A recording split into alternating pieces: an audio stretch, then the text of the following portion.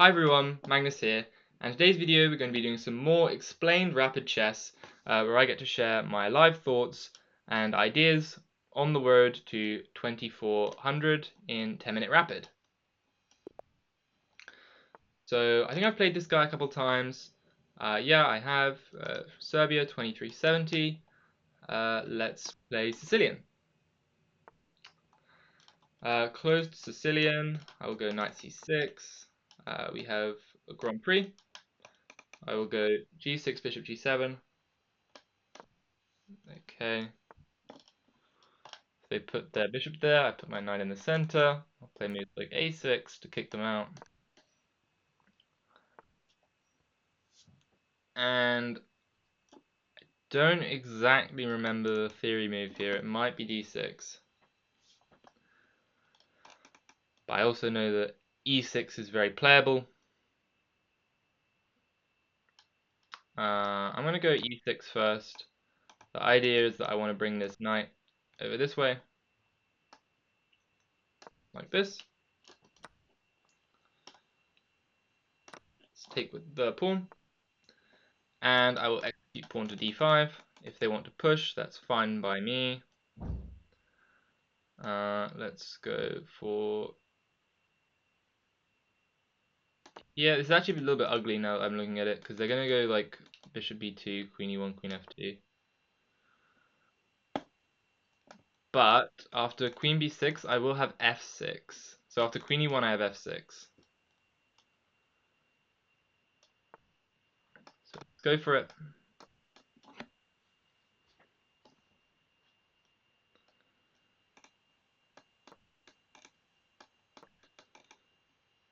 If you don't take me, I will take you. Actually, will I? No. If they play queen f2, I'll probably just castle. Okay. So now I'm going to castle. Eventually I'll play e5. Let's say knight takes here, takes. There is a loose rook in the corner, so that could be good.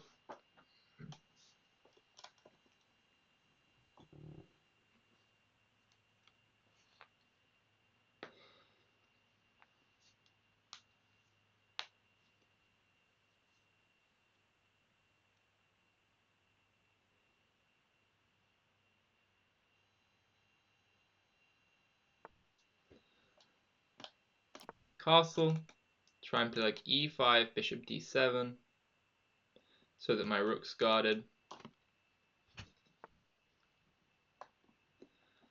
I can't take that because there is a pin on my queen. So maybe e5 is the thing to do.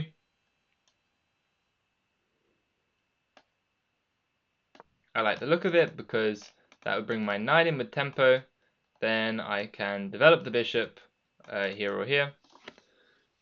And there'll be all kinds of discoveries on the queen once my rook guards the other rook.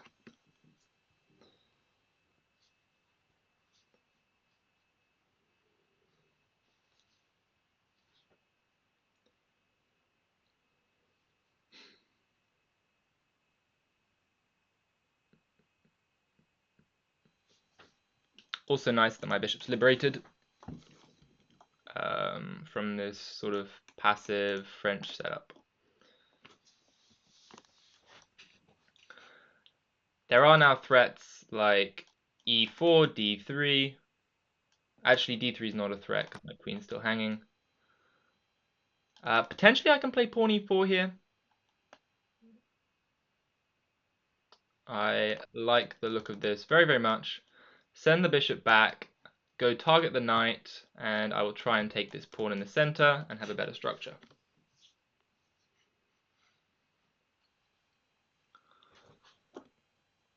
Okay. Let's see what the flying egg has for us. Let's develop the bishop, target this knight, try and eliminate the knight, then eliminate the pawn, and we'll play good knight versus bad bishop, hopefully. That's the idea at least. If they play d3, I will probably just take. And because the bishop's all the way back on b1, there are ideas where I can go take, take, check, take, take, and then if the queen blocks again, I can take this rook over here. So let's go for that. Let's eliminate this knight, and I will take with check, and I should be winning a rook, actually. I should just be winning the rook, winning the game. I will take, and after queen takes, I think it is... oh no, it's not. Because the queen guards the bishop, and they did not have to take me. That makes a lot of sense. But I can still... I can push, I can trade. For the time being, I think I will push. I will keep this trade option open, and if they take me, that's very nice. I get my queen in, I get to attack the rook, and I will also be attacking this pawn here. I've got really, really nasty little wedge. Their bishop is terrible, locked behind all these pawns. I mean, this endgame might just be a win. Takes, takes, queen comes in. If they trade with me, I'm targeting this pawn here, putting pressure on this, threatening to go e2. This looks very, very nice. I do love the look of this endgame. If they want to go b4, bishop a2, I guess that's okay. Okay, I can't start pushing this just yet because they have a rook. But I will be winning this pawn. Thank you. And this e-pawn should be extremely difficult to stop. Really, really tough. I can start pushing it here because they've blocked the queen's sight. So I think I will push, and if they go here, I can bring my rook over and set up all kinds of nastiness where they can't take. So let's go for this. Super passive position for the bishop, completely locked out of the game. This should be fairly simple win. My rook coming in and supported by the pawn here, as you can see. If they try and create some luft for the king, I should just be able to check, take, or if they don't take, if they go king h2. So let's say they try and create some luft, I will give a check here, mate. So that's no good.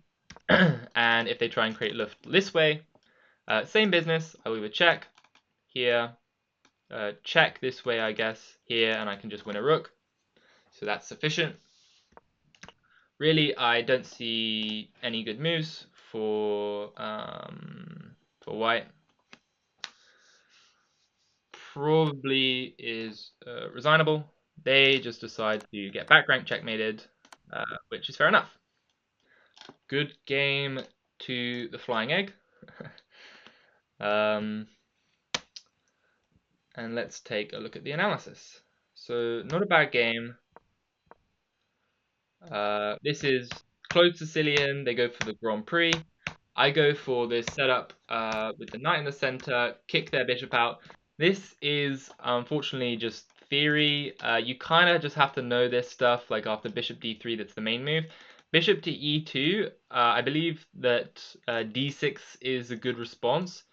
And then on like d3, you're meant to, you do something weird. You play like knight f6, they go bishop e3, and then you like take the bishop and then try and play for d5. There's a lot of weird theory in that line. But they go for bishop d3. I go for e6. d6 is apparently better. But it's best to look at these positions with the explorer. So okay, d6 is the main move.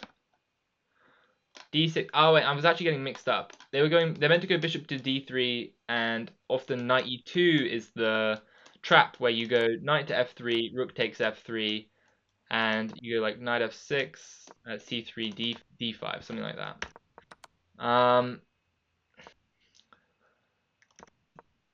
But okay, after say d3, knight takes d4, cd4, knight e2. Apparently knight f6, c3, takes and castles. And this is like the... Oh yeah, and then you go like b5, bishop b2. That makes a lot of sense. So this is the main way to play against it. I don't mind this e6 stuff. I quite like it. I find if they go e5, I go d5 normally. And if they end up taking en passant, I've had a lot of people go for like knight e4, I get queen c7, guarding the pawn, and I think this position's quite good for black.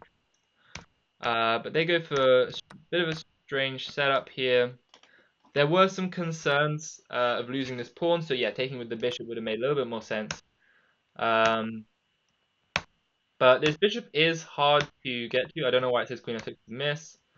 I think f6 is a good move, nice and timely, trying to get the bishop into the defense of the pawn. c3 and e5 is nice as well, liberating the light squared bishop and guarding this pawn here. Yeah, pawn to e4 as well, another nice move. Not just taking back, but noticing that these very, very weak structure here for black, or for white. And after e4, bishop goes back, bishop g4. I'm going to eliminate the knight, and then I'm going to take this pawn. And after this, it's a pretty straightforward conversion with a terrible bishop, really active pieces for black, and that's a checkmate. So, nice quick game there. Hope you enjoyed it, learned something new. Learned how to defend against the Grand Prix, because I used to find it super annoying as when it was Sicilian to play against Grand Prix.